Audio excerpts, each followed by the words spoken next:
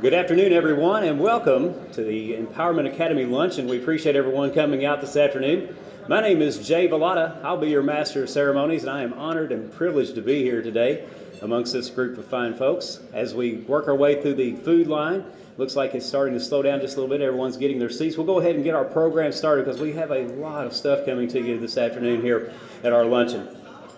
Real quick, I'd like to take a moment to invite you to take a look at your pamphlets on the table and look at the mission. The Empowerment Academy provides safe housing for students in need in Owensboro and Davis County. That's our mission. That's what we do. If you didn't have an idea, that's kind of how things work out. There's a market out there, if you will, a need, and we're trying to fill that need. And with your all's help, we can do that. You'll also notice, too, that, and we'll talk about this several times through the afternoon, there are also envelopes on the table that you are more than welcome to make your donations, as we'll keep talking about that. That's what keeps us going and moving forward with our community partners in this endeavor. Real quickly, we'd like to take just a moment to thank some of our sponsors that made this event possible. We couldn't have done it without you guys, and we certainly appreciate each and every one of you. Of course, our title sponsor is First Christian Church and the Legacy Fund. Thank you, First Christian. Davis County Fiscal Court is also a co-sponsor. Thank you, guys. I see a few of you out there. We have an anonymous sponsor, and that's soon to be determined. We don't want to talk too much about that, but we certainly appreciate them. They know who they are. Audubon Area Community Services, Ballard Construction, BB&T, Evansville Teachers Federal Credit Union, the CASA Board of Directors, thank you for that, First Baptist Church, First Security Bank, the Home Builders Association of Owensboro, Independence Bank, NBR Concrete and Excavating, Owensboro Health, Radiology Partners, South Central Bank, Yeager Materials, and Welborn Florist. Thank you all. We couldn't have done it without you. How about a big round of applause for all those sponsors? Thank you. There's been a lot of people that have put a lot of work into this effort to make this possible today. And I'm going to ask, I'm not going to go through and point everyone out, but if you're a board member with the Empowerment Academy, if you please stand and be recognized, we greatly appreciate you doing that. How about a round of applause for those folks who did a great job in putting this event together and working really hard to continue moving this program forward. We also have some elected officials in the room with us, and I didn't get a list of those, but if you would please stand if you're an elected official in Davis County or Owensboro area, we'd certainly appreciate you being recognized.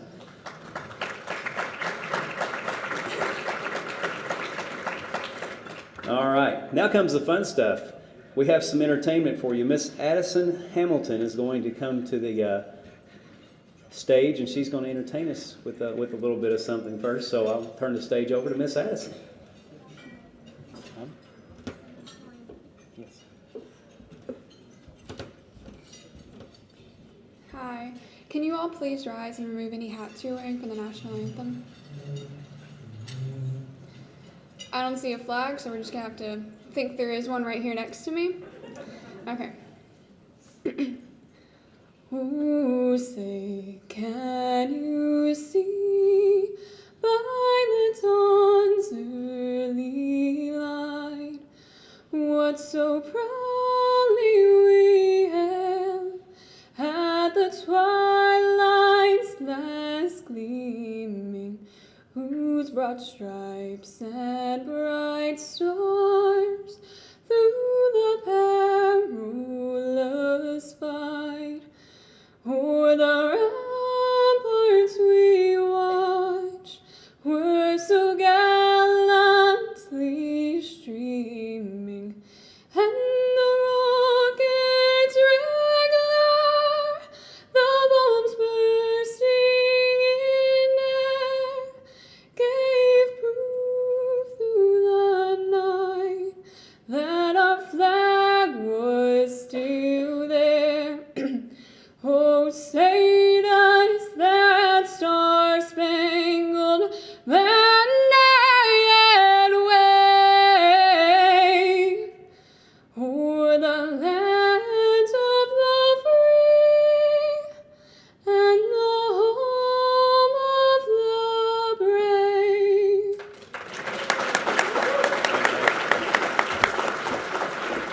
Thank you, Addison. Wonderful job. Now I ask Reverend Chris Michael to please make your way up for our opening invocation.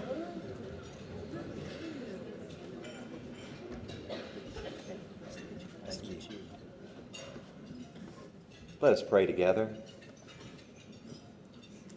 Gracious God, we are here today to give you thanks.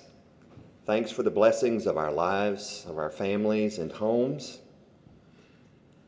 For this week to come, to give you thanks for a holiday, and to remember for a few moments that there are those for whom this holiday will be hard.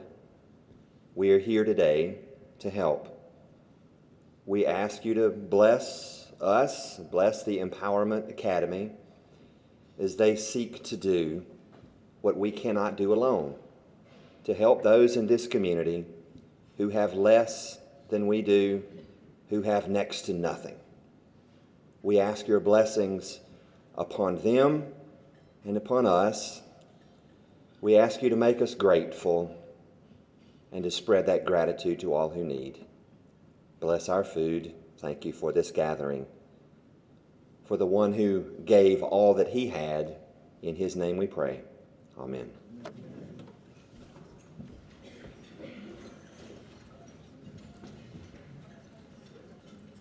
And now we'll ask Miss Sarah Boswell-Janes to come to the stage for an introduction of one of our speakers. Sarah?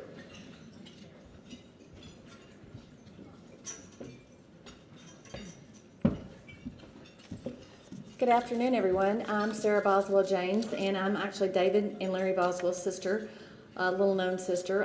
I've lived in Frankfort for a number of years and had the privilege of working for the Kentucky Administrative Office of the Courts for about 22 years. And so it is my privilege and honor today to introduce to you Supreme Court Justice Bill Cunningham. He is the Supreme Court Justice from the 1st Supreme Court District. Justice Cunningham has served the Commonwealth of Kentucky in this country with remarkably for a number of years. He's been on the Supreme Court since November of 2006. Prior to serving on the Supreme Court, he was a circuit judge in the 56th Judicial Circuit, consisting of Caldwell, Livingston, Trigg, and Lyon counties. He did that for 15 years. He was the city attorney before that, and he was also the Commonwealth attorney for the 56th Judicial Circuit. He received his bachelor's degree from Murray State University, and he also went to the University of Kentucky College of Law, and he served in the United States Army in Vietnam, Korea, and Germany. On a more personal note, Justice Cunningham and his wife Paula have been married for 43 years, and they have 5 amazing sons: John Ryan, Alec and Josh, who are twins, Joe and Luke. They're all very successful young men. Joe is an attorney in South Carolina and is running for the United States Congress. And I've had the privilege of speaking with Joe quite a bit. But those boys grew up with Justice Cunningham and Paula having no television in their house their entire years of growing up. They taught them how, reading and projects and to put those types of things first, and so he has just served remarkably both the Commonwealth, his country, and his family. I give you Justice Bill Cunningham.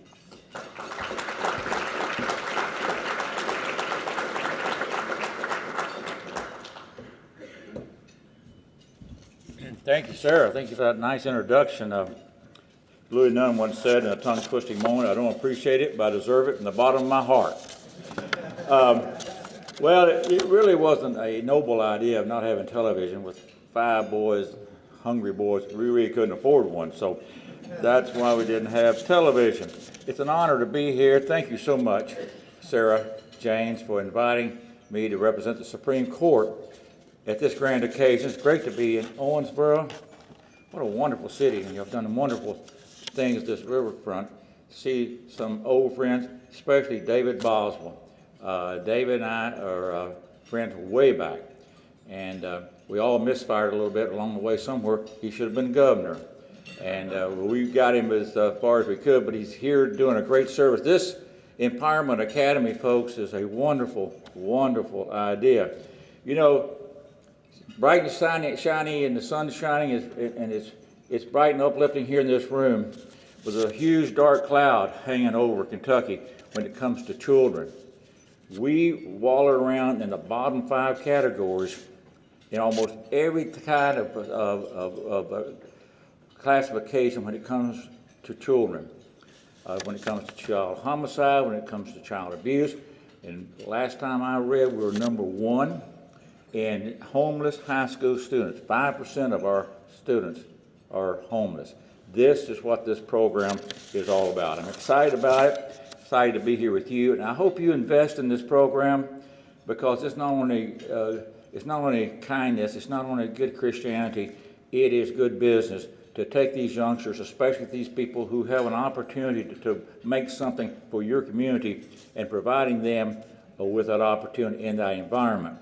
I was circuit judge for 15 years, and I don't know how many times when I was dealing with 18-year-olds where all I wanted to do was put them in a different environment, put them in a structured environment, put them into a program like this. So I ask you to support this, and when you do, you'll be making this place a better place to live, and it will make it to be prosperous also.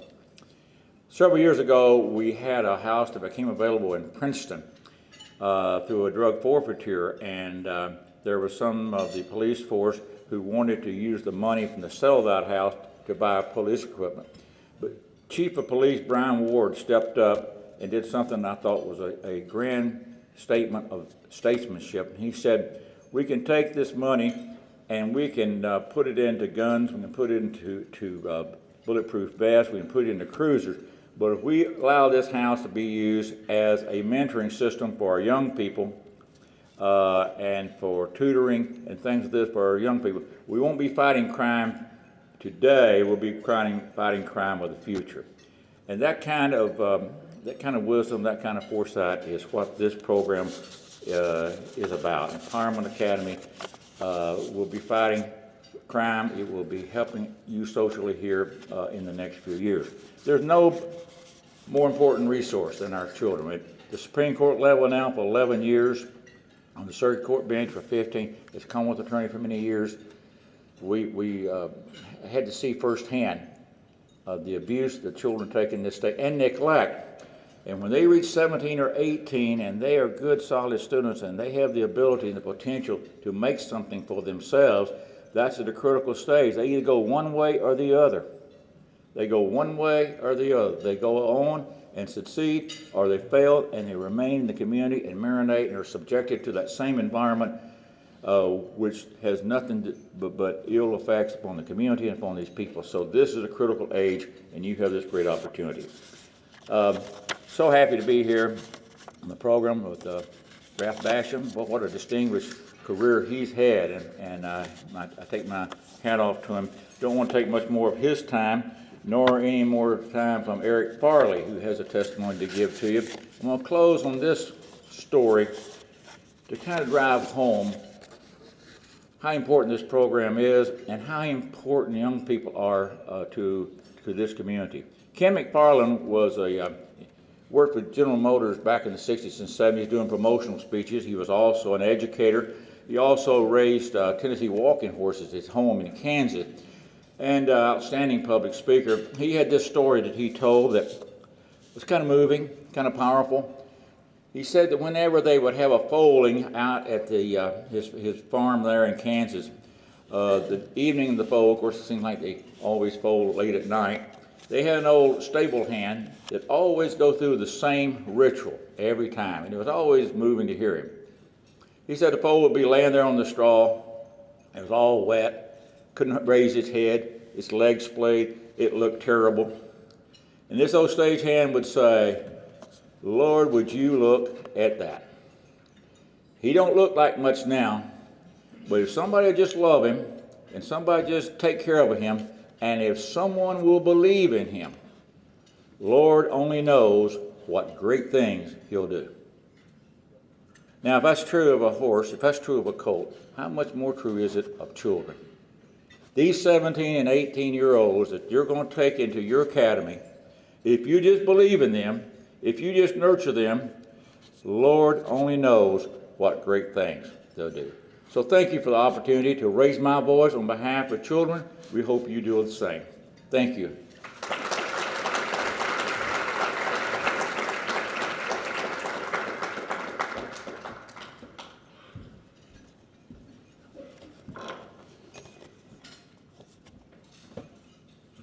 Thank you, Mr. Cunningham.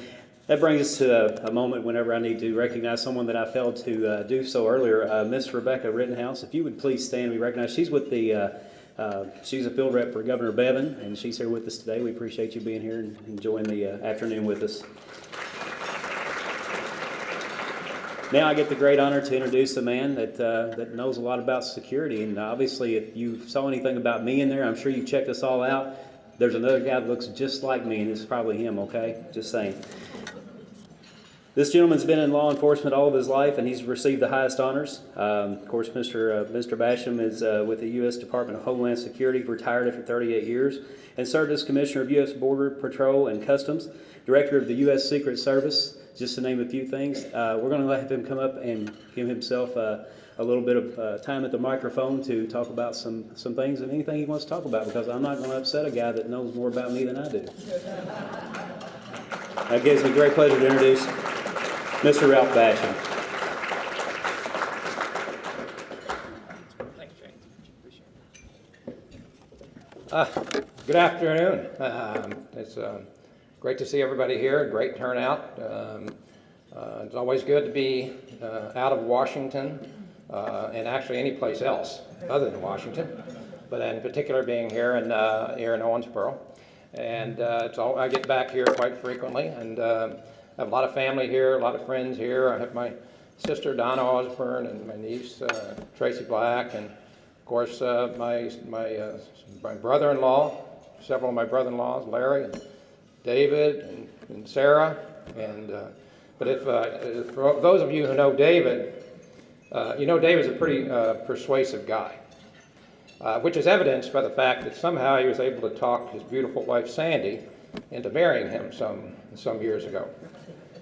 I got a call last summer from David, and David said he was going to be putting on an event here in Owensboro sometime in November to put focus on and perhaps raise some funds for the Empowerment Academy. And I was familiar with the Empowerment Academy and knew what its work was and its objectives of helping teenagers here in the Owensboro area. And so he said, would you come down and make some remarks for the luncheon we're going to have? You know, something along the lines of, you know, the hometown boy somehow makes good type of thing, you know. And so I said, well, let me think about that, and which I did. And so when I called him back, I said, yeah, I'm happy to come down and make some remarks at the luncheon. And I said, well, by the way, David, when is this luncheon going to take place? And he sort of sheepishly said, well, it's going to be on the 21st of November, 2 days before Thanksgiving. So I'm thinking, okay, 2 days before Thanksgiving, heaviest travel schedule of the year, long lines, a potential strip search by TSA. But then I thought, well, this for a good cause, so I'm going to do it. So anyway, I said, well, I guess we ought to start planning on the arrangements for this trip. And that's when he again sort of sheepishly said to me, well, you know, Ralph, the budget for this thing is pretty tight. And I thought, okay. So somehow, David talks me into flying into Nashville, renting a car and driving 2 hours to Owensboro, pay my own way, and then he says to me, and oh, could you say some nice things about me whenever you're making your remarks? Now that is a persuasive guy.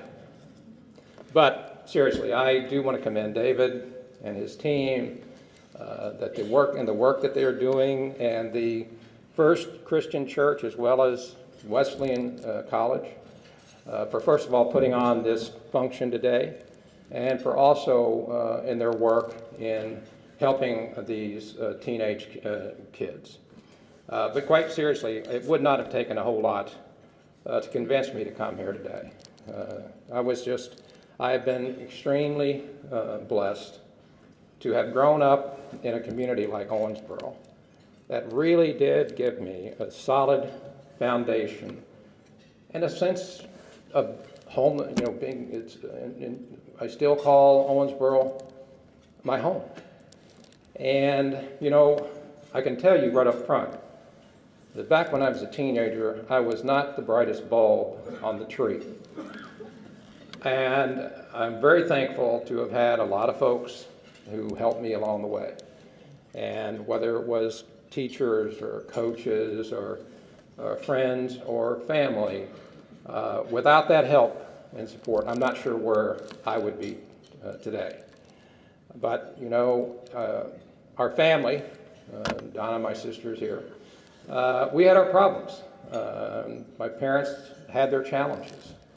And they weren't always there for us kids. And our home was not always the most pleasant place to be. And my father and I had a pretty difficult relationship back in those days. And fortunately, later on, we were able to reconcile our differences. But in 1962, at the ripe old age of 18, I decided that I was going to move on, as they say, and move and just see what was out there.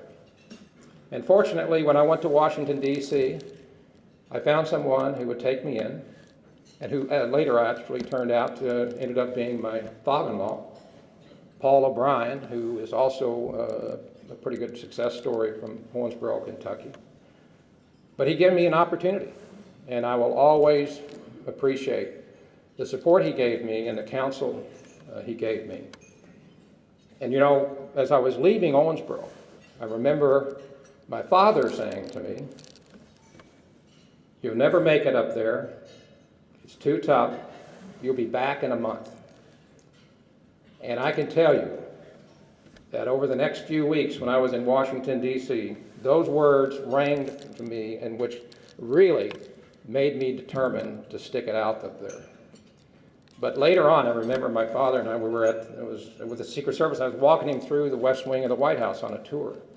And we got a pretty good chuckle when he said to me, I really was, sort of responsible for giving you that sort of backhand shove that launched your career. I thought that's one way of looking at that. So anyway, I was in Washington, D.C., and I spent several years working odd jobs and different things and making my way through night school, college. And then in August of 1970, I was appointed as a special agent of the Secret Service. And for the next 28 years, this kid from the projects at Chautauqua Park, spent his life, my life at that time, literally traveling the world and see history as it was happening. Quite an amazing thing for me. And I spent that 28 years, I worked my way up through the Secret Service, ran major field offices, major protective divisions, ended up in 1998 as the Assistant Director of Administration for the Secret Service. And after a failed attempt, I will tell you, to be the Director of the Secret Service at that time, I was appointed by the Clinton administration as the Director of the Federal Law Enforcement Training Center, which is located down in Brunswick, Georgia, just on the coast. Incredible organization, one of the best examples of good government that I personally am aware of, where they train over 90 different agencies in basic law enforcement at a campus down there that would, if tried to replicate that in all these other agencies, would cost the taxpayers billions of dollars. So Judy and I, my wife, bought a house, St. Simon's Island, beautiful place. The idea was we're going to work down at FLETC for several years, retire, and then sit on the porch in a rocking chair with a good book and just watch the world go by. But 9/11 happened. And, that idea sort of got blown up when I got a call from Washington to ask me to come back to start up the Transportation Security Administration. Incredible experience. We started with 6 people in a small room at the Department of Transportation. I remember we all had telephones on our desk, and one day I realized that the only people we could call were the people in the room with me. there was just no one else out there. We started it from scratch. And then 2 years later, when I left there were 42,000 people in the organization. An incredible stand-up and effort to respond to the horrific acts of September the 11th. So we did. We decided to go back up to Washington. We're going to put our plans on hold down in St. Simons, put the rocking chair in storage, and spend a few years standing up TSA, and then going back. Well, that didn't work out so well because, like I say, 2 years after I started there, I got a call from the White House, and they said that they were having issues with the Secret Service and asked if I would go back to be the director of the Secret Service. And I said to my wife, well, I guess we're going to have to put those plans of going back to St. Simons on hold. And of course, how could I turn down, going back to my old agency to run that? And so we did that for a few years, and then in 2006, I got another call from the White House who asked me to come back that told me that the president was going to nominate me as the Commissioner of U.S. Customs and Border Protection, the largest law enforcement agency in the country that has the responsibility of protecting our massive borders and facilitating trade and travel. And so again, I said to Judy, I guess, well, maybe that thing with the rocking chair down in St. Simon is not really going to work. And so we did that, but I will say to you, though, that 9/11 was probably, to call it a wake-up call for this country would be a vast understatement. We were a country that relied upon two mass oceans, huge oceans to our east and our west, friendly neighbors to our north and the south. And we realized that that was no longer sufficient to protect this country from attack. We had to figure out a way to make our borders the last line of defense instead of the first line of defense. We somehow had to figure out how to balance keeping this country secure and at the same time keeping it open for trade and travel. A huge, huge challenge. And when I went there in 2006, my budget, or the workforce was 38,000 people and $6 billion. When I left there, it was 53,000 people and $11 billion. A massive effort in this country to protect ourselves from another attack. And I believe today that that has a lot to do with the reason we have not been attacked. So I stayed on as commissioner through the Obama administration, and I finally retired from the federal government, and then went out and started my own consulting firm. But I'll tell you a quick story here. I'm not sure that I was ever actually eligible to retire from the federal government. As a young agent, I was detailed to the Truman Protective Division in Independence, Missouri. A lot of people in here may have never heard of President Truman. I know this goes back a ways. So I went out there, and one day toward the end of my assignment out there, I was assigned to take the president to the hospital in Kansas City, Missouri for an overnight stay for a checkup. He was going over to get checked up. So we were on the elevator going up to his room, and there was a nurse with us there on the elevator. He was in a wheelchair, he rolled into. So he looked up at me and he said, "What's your name, boy?" It's President Truman. And I said, "Agent Basham, sir, Mr. President." And he said, this was back in the 70s, you had your hair sort of worn down around your ears, sort of thing. So he said to me, "You need to get a haircut." I said, "Yes, sir, Mr. President, I'll take care of that." So unfortunately, in my misfortune, the next day I went back and I picked him up to take him home. So we're walking up the walkway, and he stops, and he turns to me and he says, "Agent Basham, right?" I said, "Yes, sir, Mr. President." He said, "I thought I told you yesterday you needed to get a haircut." I said, "Yes, sir, Mr. President, you did." He said, "Well, why didn't you get a haircut?" I said, "Well, Mr. President, I just didn't have time to get a haircut." And he hesitated a moment, and he looked at me and he said, "You're fired.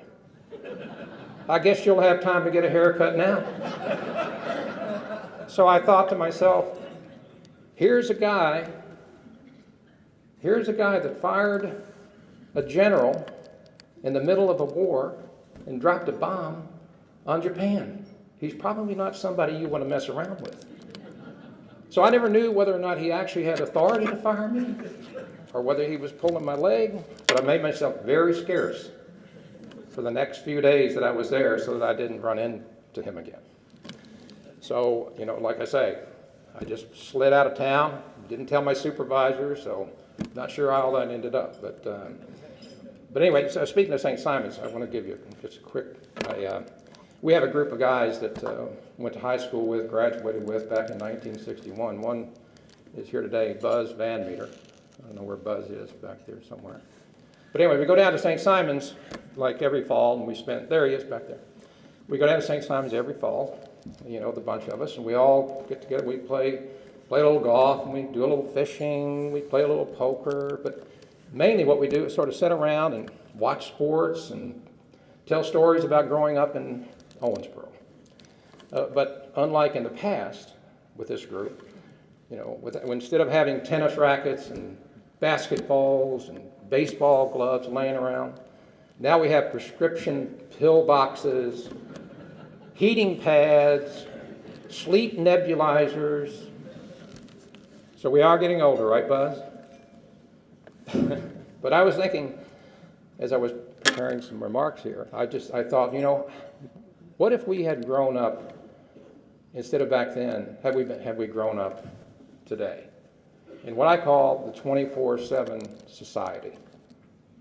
Extremely challenging. Now these guys, all who had extremely successful careers, doctors and businessmen and university administrators, and so a pretty successful group of guys who grew up in mostly, I would say, pretty much modest working class families. Others who grew up more challenged than that. But we sit around and we do talk a lot about how blessed we were and how fortunate we were to have grown up in a community like Owensboro that really did give us the security and the confidence, the desire and the life skills to be successful. It was just simply a safe place to be. And we had pretty much a carefree life in those days, and probably a little bit naive at the same time. But growing up, but we are living in a challenging and stressful society and a world. And these individuals who find themselves at no fault of their own and living in dysfunctional or destructive family environments, perhaps all they really need is a bridge to get them through or get them across a difficult time. And things like programs like the Empowerment Academy could very well be the lifeline that leads them to a more promising future. And as a community, we are only as strong as the most vulnerable among us. And these kids who find themselves in these situations, which they did not create, nor can they control, perhaps all they need is just a little help. Perhaps all they need is a hand. Not a handout, but a hand up. And I truly believe, as a community, we can provide them with those same opportunities that many of us in this room have shared and have had. So, it's obviously something that's most people are not aware of. And so I really, really do compliment you in Owensboro for taking on this challenge and this initiative.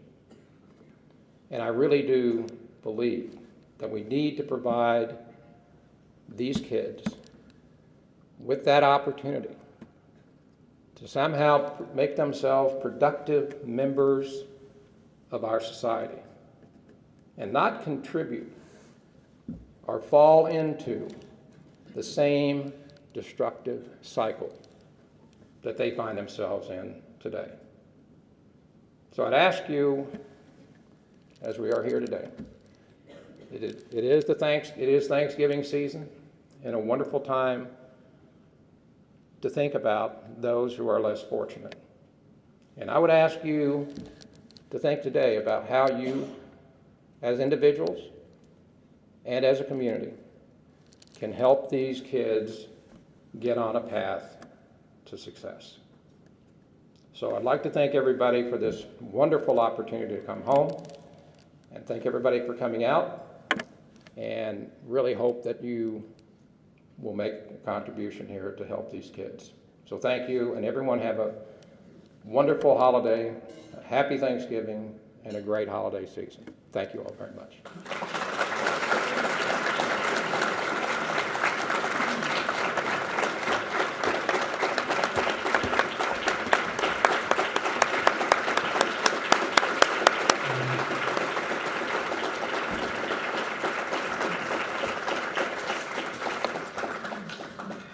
Thank you, Mr. Basham, for that impactful message, and of course, he hit it right on the head. There are ways to help. That's what the envelopes are for, we talked about earlier on the table, so if you guys need any instruction on that, I've got an ink pen. I'll be glad to come and help you. So anyway, we'll keep on moving with our program, and our next speaker is a young man who has seen some of these needs that could have been met years ago for him, and he has overcome a lot of things in his life. And we're going to let him tell his story and how he could have been impacted by something that the Empowerment Academy can provide. So it gives me great pleasure to introduce Mr. Eric Farley.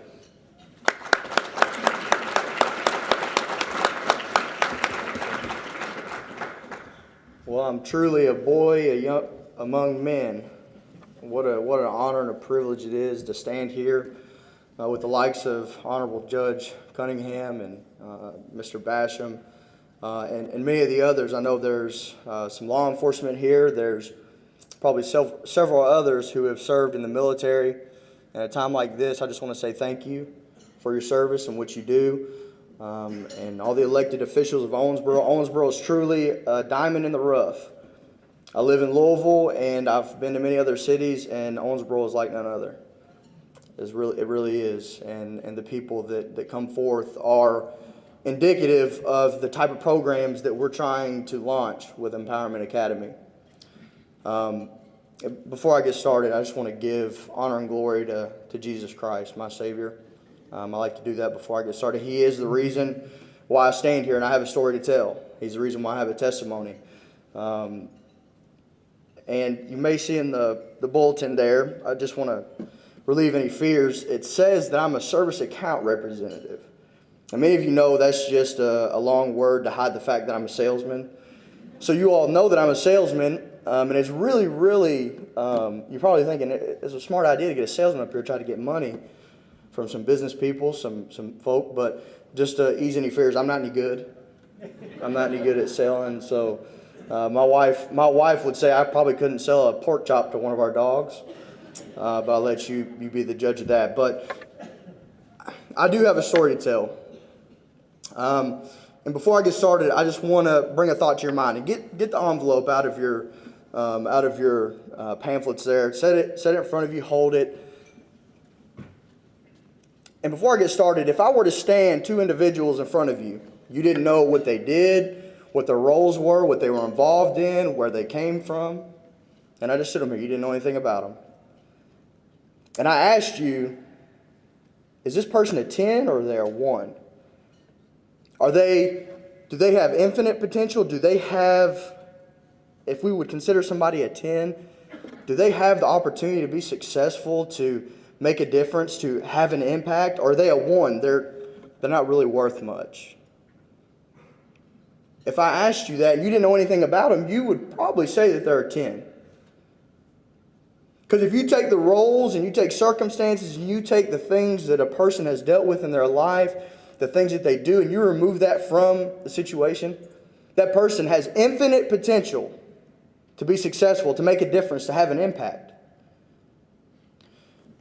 And children who grow up in tough circumstances, I was one of those children. I had tough circumstances. I also had good things that happened to me. I had a happy life, a life that it bred success for me. But children who grow up in chaos, who grow up in situations, and maybe they just haven't had all the right blocks line up for them. Maybe everything hasn't just worked out. At what point did they become not a 10?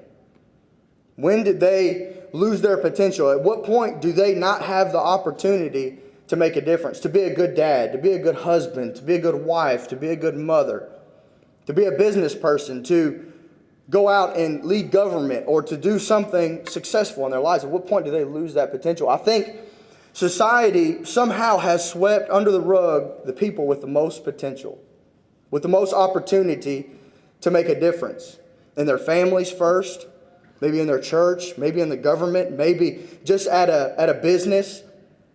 Maybe they're going to be an executive. Maybe they're just going to be a worker, a technician. Maybe they'll be the plumber that shows up to your house. I think society somehow has taken our roles, the things that we do, where we come from, and now they associate that with our potential, with what we're able to do. I used to hate when people would say, if you come from a family that was broken, or maybe they're alcoholics or drug addicts or things like that, that you're more likely to be that. That statistic I thought was very, very skewed. I thought it was inaccurate because it says nothing about the desire, the determination of the individual, but it says a whole lot about the tools, the resources, the belief that they have in themselves. And so I just wanted to ask you, when you think about giving, when you think about having the opportunity to make a difference through Empowerment Academy, is to ask if any individual stood up here, do they have infinite potential to make a difference in their world as they go on, get an education? Or did they lose that potential somewhere? And if not, I would encourage you to give. See, my story, I was one of the lucky ones. I'm going to tell you the sad stuff, and I hate talking about the sad stuff because there's a lady in here who, with my grandfather, who really was my Empowerment Academy. They were the ones who gave me my opportunity. See, when you're in chaos, the problem in chaos for a young person is at some point you have to draw the line from chaos to opportunity, to success, to prosperity. And that's a hard line to draw when you're in chaos. See, it's about survival. It's about getting by. It's about just trying to find a little bit of peace. Not success, not doing better, not getting good grades, but you just want to find a little bit of belief in yourself. So I was a kid who I understood what it was like to feel not much more worth than a bottle of liquor, than a hit of meth. I knew what it was like to be scared that if one of my grandparents were to pass, that I wouldn't have a program like this to pick me up and give me the opportunities that I needed. I was lucky to have both of my grandparents. I still have them today. But if I would have lost them at 17 or 18, still in high school, I had nowhere to go. No one to lean on. No one to tell me that I could still be successful, that I could come from chaos and find opportunity, to find success, to find prosperity. I knew what it was like to live in fear. She doesn't like me telling this story, but one time I was with my mother, and she had a boyfriend. I tell this story often, and it sounds really scary, but we were at her house, and all I remember is I woke up in the middle of the night. My mom was frantic, and this boyfriend that she was with was drunk, and he was walking around the house with a steak knife and stabbing the walls and threatening us. We climbed out of a window that night, and we went to my other grandma's house to stay. I saw fights, I saw drugs, I saw pills, I saw all the things that really mess with a kid's mind. And we say, well, that kid's more likely to be a drug addict. I was supposed to be an alcoholic. I was supposed to be a drug addict. I was supposed to be divorced, not to be a good dad, to walk out on my children. But I had, and I'm going to have her stand up, because I've always wanted to say from a mountaintop that she's a soldier. She is the reason why I am where I am. But Carol Howard, she is. So here's my mountaintop. I can mark that off the bucket list. But many of you all know my grandfather, Ken Howard. And some of you all know her, but he was also right there by my side. And if it wasn't for them, I wouldn't have this. So my story isn't sad. I'm one of the lucky ones. I'm one of the privileged ones. I had that. Unfortunately, society doesn't see that I am, people like me who had that opportunity, I am 1 in a million. If there's 5% of us who have those struggles, who have those circumstances in life, there's 10 times more out there who don't have the tools and the resources and people believing in them. I remember, and I've carried this ever since I was in first grade, but it started at that level. We did skill books in first grade trying to learn how to read, and I could not do a skill book for nothing. And we had to complete these before we could start reading, and it was to teach us to read, and I didn't believe in myself. I took the chaos in life, and I said, this is just it. I didn't believe in myself, and my grandmother sat me down in her chair, and she taught me how to do one. And within a couple weeks, I was through all of them, and I learned how to read. But it's those types of things. The people in my life, DCPS, all the students and the teachers and my friends and people that impacted my life, they were the difference makers in my life. So the sad story is that there are some out there right now. There are some, I guess, here in the building who have struggles, who weren't as lucky. But what if? What if we saw them with the potential that they really do hold? Saw them that they are 10s. That everyone here in this room is a 10?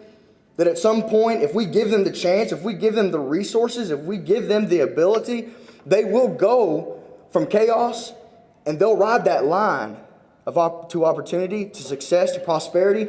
And we can't measure their success just based off a diploma. We can't measure their success just based off what they do in college.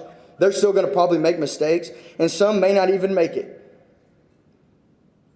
But is it worth the investment to see a student come out and to be a good worker in businesses? To be a good father, to be a good mother, to be a good husband, to be a good wife? See, I was given the tools, and I believe that it starts with a belief. I believed in myself enough to go on and get better grades. I graduated 10th in my class of 300 something. I was captain of my basketball team in 2011 at Davis County. We went to Rupp. I didn't actually get a diploma, and everybody thought that I would. Sorry, Grandma. Sorry about that. But what I was taught, the belief in myself, is that if I lose my job today, I can go out and support my family. I believe in myself. I have the tools. I had the people around me who said that you can succeed. There's nothing stopping me now. I have 2 beautiful kids. I have a beautiful wife. I have a great family. I have the opportunity to do more than I ever thought I could back then. But it wasn't because somehow, some way, I was able to make something out of the chaos and say, you know what, I think I can be successful. Because it's not about the circumstances, it's not about the person, it is about, are we willing as a community, as a group of successful people, as anyone with the ability to love, to give, to nurture young people who are 10s and give them the opportunity to be successful, to prosper. See, I'm really not here to ask you if it's worth the investment. I'm not here to ask you to give a sum of money or resources or whatever it may be that makes sense to you. I'm asking if you believe in the infinite, miraculous power of belief in a young person's life that would push them to do things beyond our understanding, to be able to look at a child who's 18, who went through the program, and at 30, now they're doing something we never thought they would do. In light of that, I would ask you to give an amount to do more than you ever thought you could. To be the difference. My grandmother and my grandfather, they sacrificed time, money. I don't think she's ever been on vacation as long as I'm 25. I don't think she's ever been on vacation. She sacrificed resources, clothes, to be able to put food and clothes on the backs of 3 young kids to give them the chance, just a chance, to be successful. If it's worth the investment, I believe that it is. If it's worth the risk, if one were to do something and make a difference, then let's come together as a community, like the great community that Owensboro is, and to do something that can have an impact greater than anything that we ever do. There's nothing more impactful that Owensboro can do than to tend to the unnoticed brokenness of our teenagers in high school. There's nothing more that we could do. I would ask that you give. I would ask that you be a part, pray, whatever you can do, because these young people at some point will have an impact on all of us. And we'll be proud that we were able to make an impact in their lives. Thank you.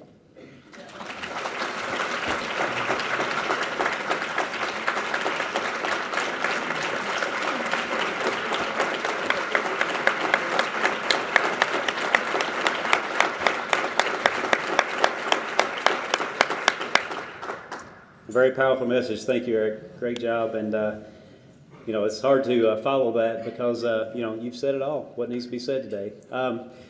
As we were talking earlier about those envelopes, you're welcome to leave those on your table by the number sign. We don't have a basket, I was informed. Before we get too far out of our program, we're about to wrap up here. We appreciate everyone again for coming out, our community partners that were able to help us get this event put together, all you folks that attended today. And a very special thank you to the folks at Kentucky Wesleyan College for helping us in our first stage. I see some of them here. If you'd be standing, please be recognized. We appreciate you guys for coming on to help us with our first step in this incredible journey that we're taking with Empowerment Academy. Again, we couldn't have done it without the sponsorship of those folks and you guys here today who have become part of this program. And that's going to wrap it up for us. If you need additional information, obviously you can find us on social media. Check us out on the websites. It's been a pleasure to be here with you today. And on behalf of the Empowerment Academy Board and everyone that's worked so hard to make this program come to play today, thank you again. Have a great afternoon, and we'll look forward to talking to you next time. Thank you. Goodbye.